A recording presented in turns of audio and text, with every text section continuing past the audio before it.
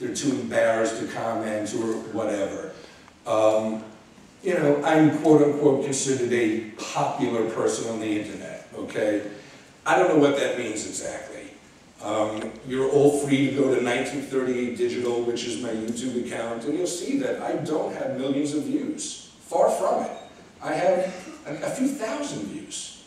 Yet people apparently, you know, maybe know who I am in certain circles of the tech industry and of the blog industry.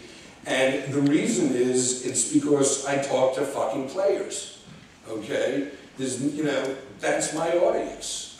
You know, when I goof on Mike Arrington, I get a phone call saying I'm an asshole. You know what I'm saying? So I say that not to brag, but, and believe me, getting a phone call from Arrington is the last thing you want. But I say it because you want to connect with whoever your niche and your audience is. And it doesn't matter if it's millions and millions of people. It really doesn't. I would much rather have, and I do, you know, some of the racier, crazier videos that I do, if 5 of my friends get it and send me an email like, oh my God, that was funny, I'm happy, okay? I try and connect with just a few people, and I try and do it one person at a time. And I think that that's the best way that you're going to build an audience, get traction, all of those good words for being popular. This is high school, okay? Blogging is high school. I was good looking and popular in high school, and I don't expect it to change now. And that being said, if you were the geeky kid in the corner of the hallway, at the same time, this is a great way to, quote, reinvent yourself to an extent. Where if you were shy, you don't have to be now. Kind of brings up another point, the shyness and stuff like that. You know, when you put your heart and your intellectual thoughts and your emotions out there for people, you're going to get beat up for it, and for a number of reasons.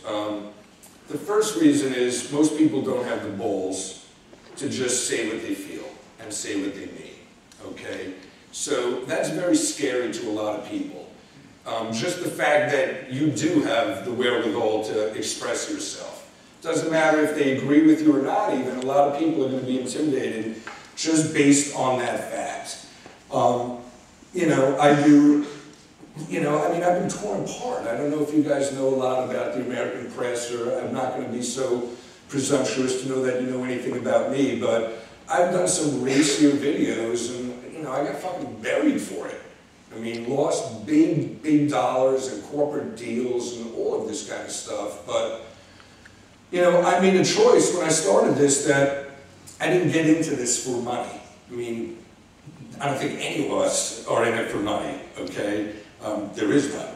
But I did it because I was an old actor and I just wanted to express myself. And that's why I got into it, and I think for whatever success I've had, quote unquote, I think it's because I've stayed true to that vision, which is just wanting to do what I want to do.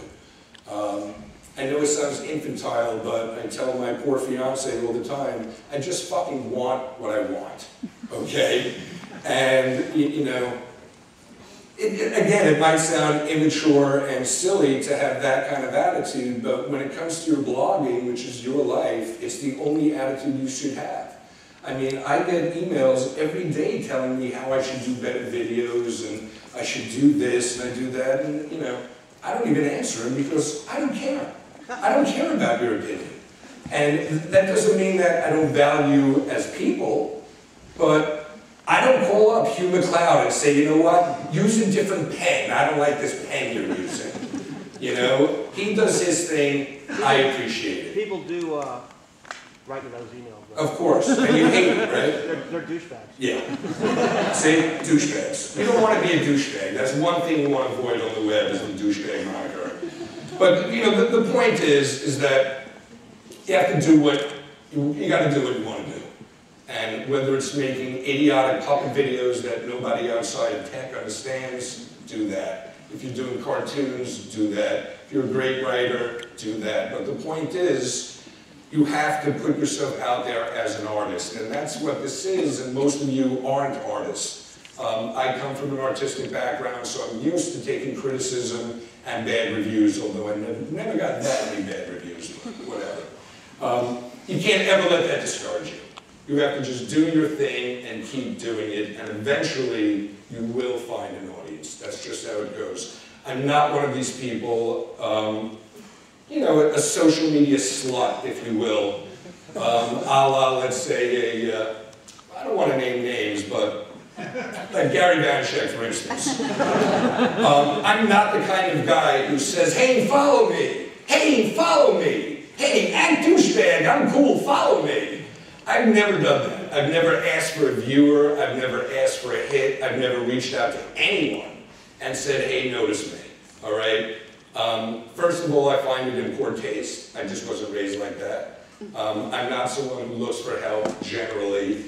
And truthfully, I think it's fucking lame. I think that it's much cooler and you have a lot more juice when people discover you on their own.